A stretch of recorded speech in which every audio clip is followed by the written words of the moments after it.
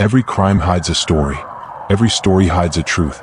Welcome to The Watcher, where we uncover the mysteries others look away from. Ever walk past a house that just feels wrong? The kind of place where the air grows heavier, your footsteps hesitate, and something in your chest whispers, "Don't go in." Rational minds blame it on old plumbing, faulty wiring, the draft through cracked wood. Yet that icy ripple running down your spine doesn't care about rationality. We think of hauntings as whispers in the dark, shadowy figures, or creaking staircases. But what if the real horror isn't a ghost at all? What if what you feel are the scars of tragedy itself? The violence, the grief, the cruelty that soaked into the floorboards and never left. People hunt for ghosts. They bring cameras, EMF readers, recorders, waiting for a cold spot or flickering light. They want proof that the dead linger among us. But the truth is darker. Behind nearly every haunted legend lies something worse. A crime scene never solved, a family torn apart, or a secret that history tried to bury. These houses don't echo because of spirits. They echo because the walls remember. Tonight, we're peeling back the wallpaper on some of the most infamous haunted places in America. Not for ghosts, but for the dark human truths behind them. Villisca Axe Murder House, Iowa. June 10, 1912. Villisca, Iowa, a quiet farming town. That night, in a modest white house, 8 people were murdered in their beds. The Moore family, parents Josiah and Sarah, their 4 children, and 2 visiting friends were slaughtered with Josiah's own axe. The killer covered mirrors with cloth, hung clothes over windows, and calmly ate food in the kitchen before slipping into the night. No one was ever charged. Today, the house is a tourist attraction. Paint peels off its siding, the porch sags, and inside the air is thick. Visitors swear they hear children's giggles echo down the halls at 3 a.m. or feel invisible fingers tug at their clothes.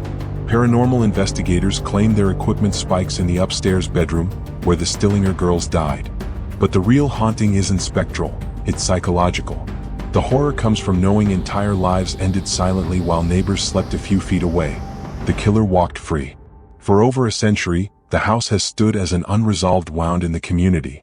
That's the weight people feel when they stay overnight. Not a ghost, just the unbearable silence of justice denied. The Conjuring House, Rhode Island. The Hollywood legend.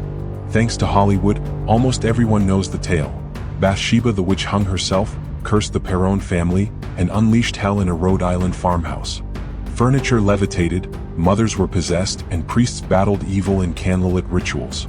Except, Bathsheba wasn't a witch. She never hung herself. Local records show she lived to old age and died quietly. The Perron family, who lived there in the 1970s, reported frightening activity, but much of it could be traced to ordinary causes. A draft slamming doors, rats in the attic, and the psychological stress of raising 5 children in a decaying house. The current owners say their biggest problem isn't demons, it's trespassers. Teenagers hop the fence hoping for selfies, or thrill seekers pound on doors at midnight. The true haunting isn't supernatural, it's how trauma got repackaged into a blockbuster, stripping away the real, raw struggles of a family under pressure. Sallie House, Kansas. Atchison, Kansas. The Sallie House is infamous for scratching male visitors. The legend says a 6-year-old named Sallie died in 1906 after a botched surgery in the home of Dr. Charles Finney. Her spirit, angry and betrayed, lingers, clawing at men who enter. Except there's a problem. No records exist of a Dr. Finney treating a Sallie. Historians found no death certificate. The story surfaced decades later, fueled by strange photographs and unexplained injuries.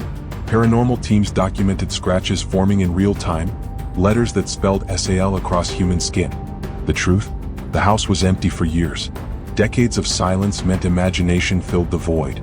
Urban legends grow in quiet places, and by the time investigators arrived, the story had already taken on a life of its own. What people feel inside may be less a child's ghost and more the amplification of belief. The scars are real, but so is the power of fear. Lemp Mansion, Missouri. The family curse. The Lemp family built a beer empire in St. Louis. But inside their lavish mansion, tragedy festered. William Lemp shot himself after his son's death. Elsa Lemp committed suicide after a failed marriage. Charles Lemp ended his life in the attic after killing his dog. In total, 4 suicides, all within the same house. Tour guides say guests smell cigar smoke in empty rooms, hear phantom bottles clinking in the bar, or feel watched while climbing the stairs. Some report seeing Charles himself pacing the attic. But the house doesn't need ghosts, it's already drenched in generational grief. Every room tells the story of wealth corrupted by despair. Visitors sensed the heaviness because despair leaves marks you can't scrub away. Winchester Mystery House, California. The myth. Sarah Winchester, widow of the rifle heir, built a sprawling mansion with endless hallways, staircases to nowhere, and doors that open into walls. The legend says she was cursed by the ghosts of Winchester rifle victims and kept building to keep them at bay. In truth, Sarah suffered unimaginable loss, her husband and infant daughter gone within a year. Construction became her coping mechanism. By constantly building, she filled silence with noise, emptiness with walls. She wasn't feeding ghosts, she was feeding grief. To this day, the house is a labyrinth. Tourists walk its endless staircases, disoriented, overwhelmed, yet fascinated. It's not haunted by spirits, it's haunted by sorrow made architectural. Myrtle's Plantation, Louisiana. The legend. One of America's most haunted houses, the Myrtles claims 12 spirits, the most famous being Chloe, a slave who poisoned her master's family and was hanged. Guests say they see her turbaned figure in mirrors and photos, feel cold spots, and hear phantom footsteps. But historians found no record of a Chloe. The alleged poisoning likely stemmed from contaminated food, not malice. The real horror isn't a ghost, it's the history of slavery itself. Enslaved people lived, worked, and died in those walls. Their suffering became entertainment for modern visitors who prefer ghost stories to confronting brutal truth. The echo. Every haunted house carries a body count, not of ghosts but of tragedies.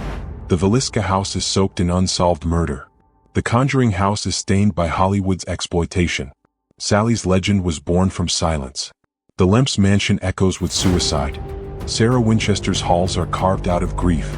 The Myrtle's Plantation hides the brutality of slavery beneath myths. These places don't need spirits. They already have scars. When we walk through them, we don't feel ghosts, we feel echoes. The weight of human suffering is heavy enough to haunt without ever raising a single specter.